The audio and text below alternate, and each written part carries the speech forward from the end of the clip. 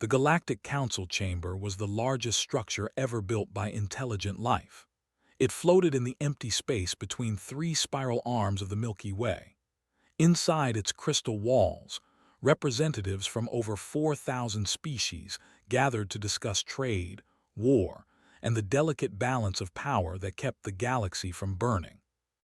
Ambassador of the Empire watched the human delegation enter through the eastern doors.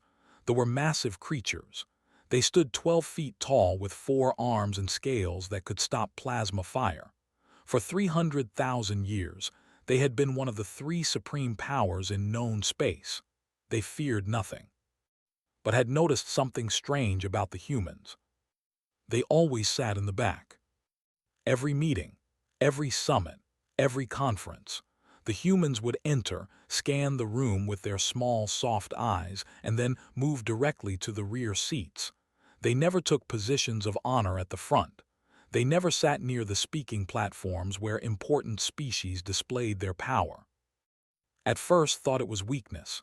Humans were small creatures. They had no natural armor, no claws, no venom, no psychic abilities. They could not survive in vacuum. They could not regenerate limbs. By every measure the galaxy used to judge dangerous species, humans were prey animals. The ambassador leaned toward his aide. Why do the humans always sit there? Do they not understand that the front seats show dominance? His aide, a younger named, made a gesture of uncertainty with his lower arms. I have researched this, ambassador. The humans have done this since they first joined the council 200 years ago. Some believe it is cultural humility. Others think they are simply intimidated by larger species. Watched the human ambassador take her seat in the far corner of the back row. She was a small female with gray hair and calm eyes. Her name was Sarah, and she had represented humanity for 30 years. In that time, had never once seen her sit anywhere else. There must be a reason, said. Humans are strange, but they are not stupid. They conquered their own planet. They built ships that can cross the galaxy. They do nothing without purpose. The session began. Representatives from 100 worlds spoke about border disputes and resource allocation. Paid little attention. His mind kept returning to the humans in the back row. 3 hours into the meeting, everything changed. The eastern doors exploded inward. Fragments of crystal and metal flew across the chamber, saw bodies fall. He heard screaming in a dozen languages. Through the smoke and fire, figures in black armor poured into the room. The collective had finally made their move. They were the second of the 3 great powers. They were creatures with hive minds and no concept of individual life. For centuries, they had wanted to control the council. Now they had sent their warrior drones to take it by force. Reached for his weapon, but a plasma bolt struck his shoulder. He fell behind his seat as chaos erupted around him. Delegates were running, screaming, dying. The guards at the front of the chamber were already down. The drones were moving through the rows with terrible efficiency. Then heard a sound he did not recognize. It was sharp and loud and repeated rapidly. He looked toward the back of the chamber and saw something impossible. The humans were not running. Ambassador had flipped her seat forward to create cover. She held a small metal device in her hands that was producing the strange sound. Each time it made noise, a drone fell. The other humans in her delegation had done the same thing. They were spread across the back row, using the seats as barriers, firing their weapons with calm precision. Realized 3 things at once. First, the humans had known something like this might happen. Their seats were chosen for maximum defensive coverage. From the back row, they could see every entrance, every exit, every angle of attack. They had clear sight lines to the entire chamber. Second, the humans had brought weapons to a council meeting where weapons were forbidden. They had hidden them somehow. They had been ready. Third, the humans were not afraid. A drone charged toward Ambassador. She did not flinch. She simply adjusted her aim and fired twice. The drone collapsed at her feet. stepped over its body and moved to better cover without changing her expression. The attack had come with overwhelming force. 50 drones against thousands of unarmed delegates. It should have been a massacre. It should have given the collective complete control of the council within minutes. But the humans had changed the math. Watched as one human male, barely 6 feet tall and thin as a reed, killed 4 drones in rapid succession. Another human female was treating wounded delegates while still providing cover fire. A third human had somehow acquired a weapon and was using it alongside his own. The drones tried to focus on the humans. They recognized the threat, but that was the wrong choice. By turning toward the back of the chamber, the drones exposed their unarmored backs to the remaining humans. More drones fell. Felt something he had not felt in 200 years. Fear. Not fear of the humans. He understood now why they sat in the back. It was not humility. It was not intimidation. It was tactics. It was preparation.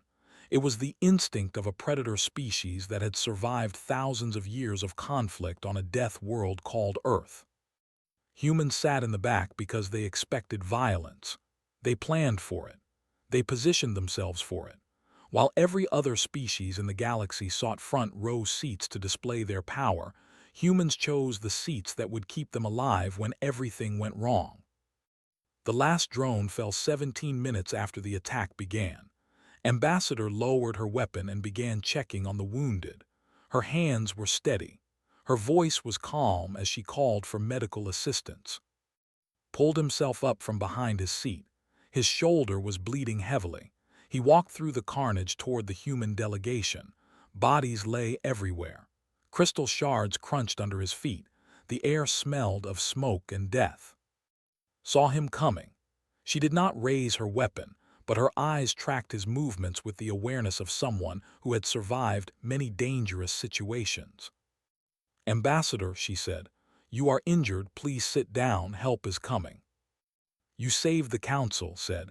His voice was rough with pain and something else. "Respect, perhaps. Your people killed 40 drones. There are only 12 of you." Helped him sit on an overturned bench. "We did what was necessary."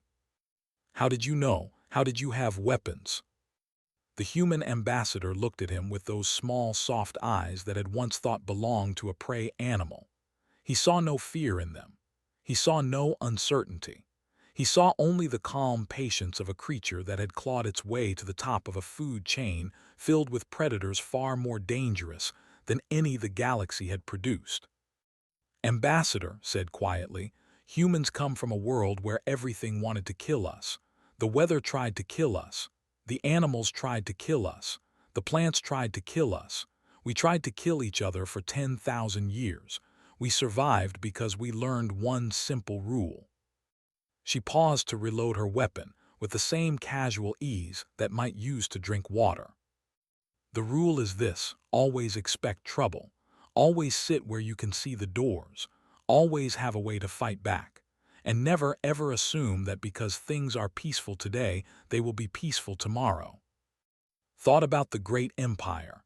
His people had ruled 1,000 worlds for 300,000 years. They had grown comfortable. They had grown confident. They had stopped expecting trouble because they believed they were too powerful to face it. Humans had been in space for barely 4 centuries. They ruled fewer than 50 worlds. They were small and soft and fragile by galactic standards. But they had never stopped expecting trouble. "We sit in the back," continued, "because the back is where survivors sit. The front is for people who have forgotten that the universe is dangerous. The front is for people who think their size or their strength or their technology will protect them from all threats. We are not those people. We remember what it took to survive." Over the following months, the story spread across the galaxy. The collective surprise attack had failed completely because 12 humans with primitive projectile weapons had been ready for exactly that scenario. The 3 great powers held emergency meetings.